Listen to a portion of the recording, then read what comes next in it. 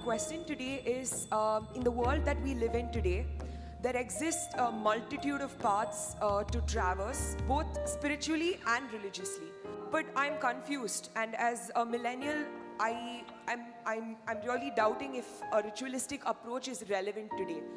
Well, you may be a millennial, but these choices you have only in this country, you better know that. If in many other countries in the world, if you say you have a choice of choosing, generally you will be dead. If you're not dead, you will be harassed in 1,000 different ways. In this country, you can choose, which is wonderful. Because we don't have a religious constitution which cannot be edited or amended. Here we have various books which can be amended, which can be debated, something can be done about it. Coming to ritual, how rituals came into existence is like this. Do you brush your teeth every day in the morning? I'm just asking. You do? Hey, don't do this means no. Yes. So, every day in the morning you brush your teeth. Some kind of a ritual, isn't it? In fact, people say morning rituals. They're not talking puja, they mean shit, shower and shave. I don't do, you don't do. So, anything that you do regularly, not necessarily by choice, but you decide to do it because you have decided, it's good for me, becomes a ritual in your life. This ritual of brushing your teeth came to you because your parents, maybe your mother, insisted. When you were like this, she insisted, you must brush your teeth. You say, no, I want to eat. You say, no, no brushing, no breakfast. Are you thankful to your mother, she insisted on your ritual? Yes or no? Are you? Not. That time you were irritated, I want to eat, what's the problem, why should I brush every day? But now you're glad that she brought this ritual into your life. It works, isn't it? At least for everybody else around you it works. So, similarly, rituals came for variety of reasons. If you are able to… you said there are multitude of spiritual paths. No, there's only one. If you say spiritual, you have to turn inward. There are no many inwards, there's only one. Hello? There's only one inward. Well, you may go like this, you may go like this, you may go like this, but there's only one inward. So when it comes to a spiritual path, there's only one. You have to turn inward. When it comes to religion, maybe there are choices.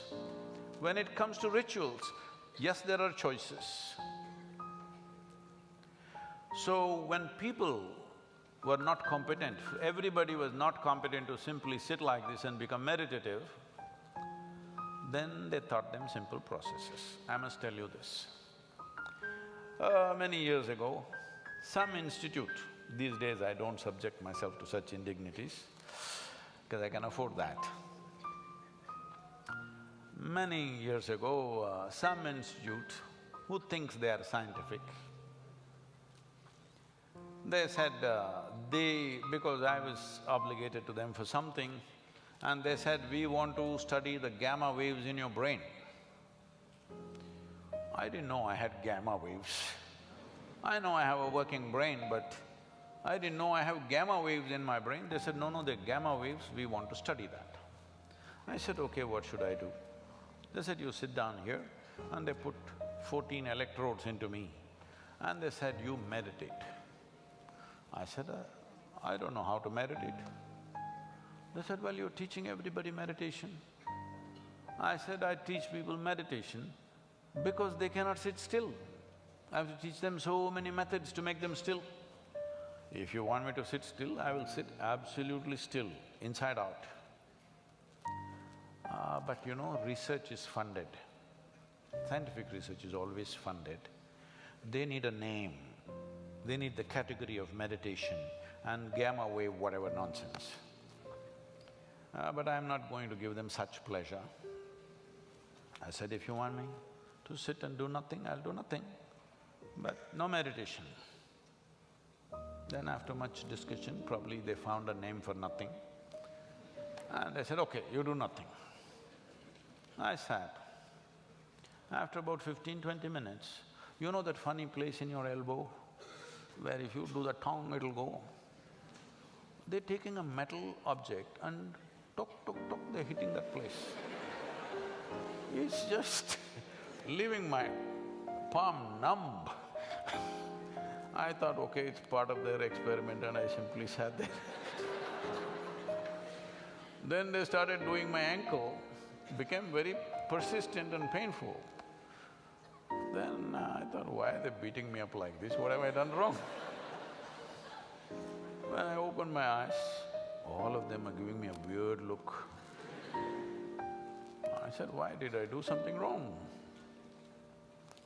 They said, according to our machines, you're dead. I said, this is a great diagnosis you're making.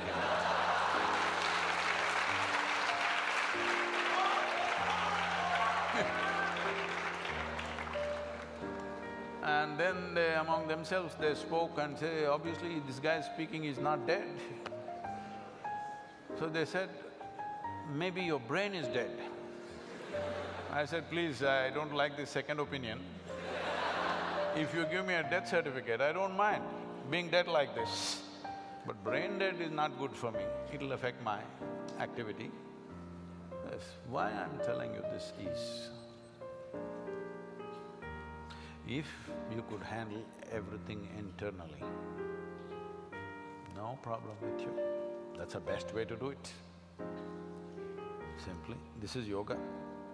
If you know how to handle this whole machine, all levels of this machine, your body, your thought, your emotion, your energy, your life energies, everything, you know how to handle from within, no ritual for you.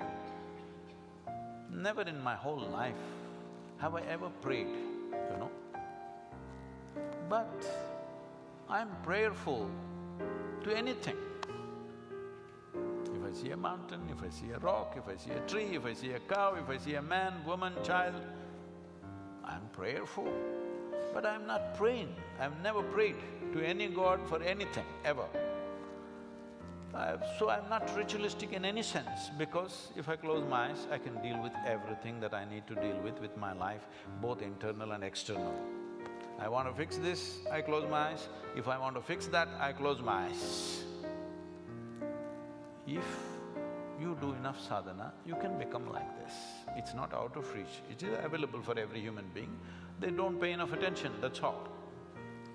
But if you don't know this, you want to become peaceful, you don't know how to sit still, then what do?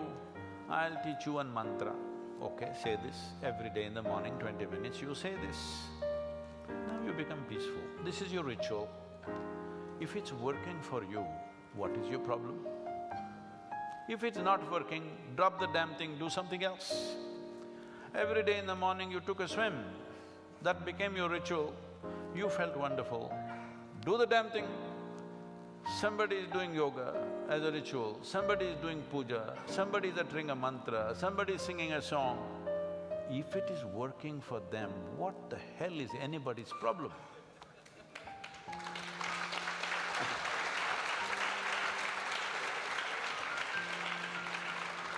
But what ritual I do, you must also do. There's no such thing. Something is working for me, I'm doing it. It's not necessary you must do it. But if you ask me, suppose I'm somebody who's doing every day in the morning Om Namah Shivaya, Om Namah Shivaya, it's working for me. If you come and ask me, I'm feeling freaked, what should I do? Hey, try this Om Namah Shivaya, it's working for me. If you like it, you also do it or you do something else. You do dam, doom, das, puss. But the thing is, it must work for you, that's the important thing. So rituals were fantastic devices created with certain wisdom. Over a period of time, they might have become corrupt. in practice. Over a period of time, they might have become tools for exploitation for certain people. But don't throw the baby with the bathwater. We must be able to see what is corruption in this, eliminate the corruption and use the technique. Don't throw away everything that the civilization has learnt in thousands of years of living and think you will reinvent the wheel tomorrow. Everybody will be queuing up at a psychiatrist, just know that. The number of people who are queuing up with mental illnesses today is simply because there is no what we used to call as achara vichara. There is no debate about what is this life, why am I like this, what is the nature of my existence, no achara, no vichara. And no achara, there is no anything. See, if your mothers or fathers did not insist that you must have the ritual of brushing your teeth, what an unpleasant place this hall would be right now. Because out of your freedom, some of you would, or a whole lot of you would come here, decide, I will not brush, what is the problem? No, maybe no problem for you, everybody else suffers. If you open your mouth, if you stink, not necessarily because of not brushing, just because of your culture, the way you behave, the way you speak, the way you sit, the way you stand, if people around you suffer because of your behavior, which is happening everywhere, isn't it so? Especially for girls, isn't it so? If you get into a damn bus in the town, because all these things were taught as ritual, this is how you must approach. When we are growing up in our house, our sisters are there, you cannot even address them in singular. You always have to address them with a certain respect, even when they're little girls. We want to fight with them, we want to beat them, but no, you have to address the girls in a certain way. When you grow up with this kind of ritual, now you learn how to treat every woman on the street. Otherwise, look at the way people are behaving, most uncivilized. Uncivilized means what? The necessary rituals of culture are not there in those people, isn't it? So these can be various kind of rituals, social rituals, spiritual rituals, religious rituals, it doesn't matter. Is it working for you or not working for you? That should be the only question.